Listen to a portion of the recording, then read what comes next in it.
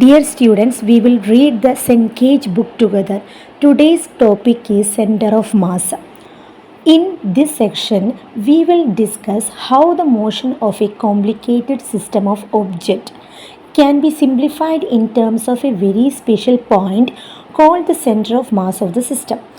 This notation gives us the confidence in the particle model because we will see that the center of mass accelerated as if the system's mass were concentrated at that point and all the external forces adds the.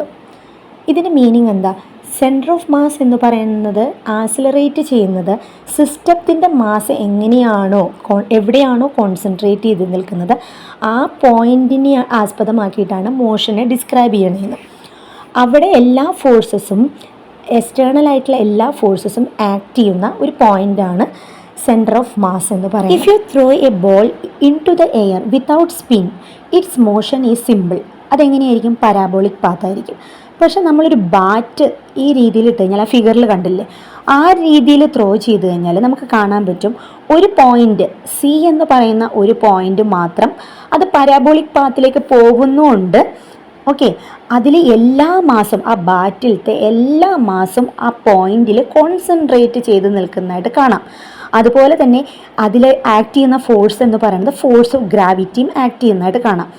ഈ special പോയിന്റിനെയാണ് centre of mass of the bat എന്ന് പറയുന്നത്. Okay, the concept of the center of mass provide us an easier way to look into the motion of the system as a whole. അതെങ്ങനെയാണ് ആ മോഷനെ പറയുന്നത്? Super position of translation of the centre of mass. Centre of mass എന്ന് പറയുന്നത് translation മോഷനാണ്, നേരെയായിട്ടുള്ള ഒരു മോഷനാണ്.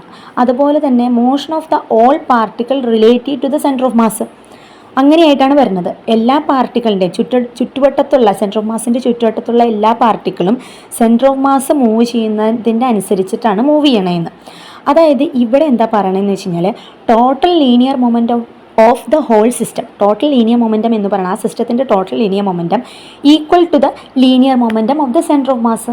Centre of മാസിൻ്റെ ലീനിയർ മൊമെൻറ്റം തന്നെയാണെന്ന്. ഓക്കെ.